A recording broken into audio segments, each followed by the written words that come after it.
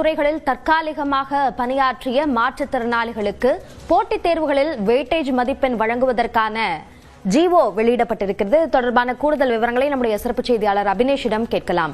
அபினேஷ், அந்த அரசாணையில் என்னென்ன விவரங்கள் குறிப்பிடப்பட்டுள்ளன?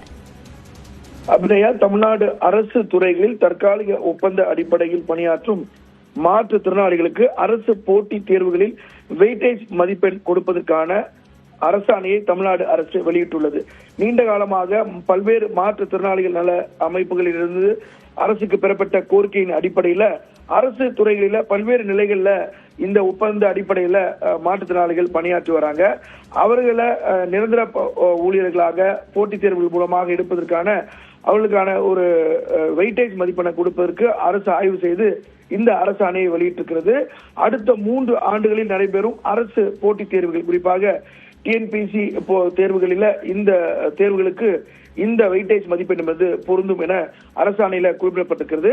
சிறப்பு திட்டத்தை செயல்படுத்த இந்த தமிழ்நாடு அரசு இந்த அரசாணையை வெளியிட்டிருக்கிறது. இதன் மூலமாக போட்டித் தேர்வு வெற்றி பெற்று அதுல தேர்வு எழுதி அதுல கிடைக்கக்கூடிய மதிப்பெண்ணோடு சேர்த்து இந்த வெயிட்டேஜ் மதிப்பெண்ணும் கூட்டப்பட்டு அவர்களுக்கு இடஒதுக்கீடு அடிப்படையில் அவர்களுக்கான அந்த பணி நியமன ஆணைகளை வழங்கக்கூடிய வகையில இந்த அரசாணை என்பது வெளியிடப்பட்டிருக்கிறது. அபிநயா, விவரங்களுக்கு நன்றி அபினேஷ்.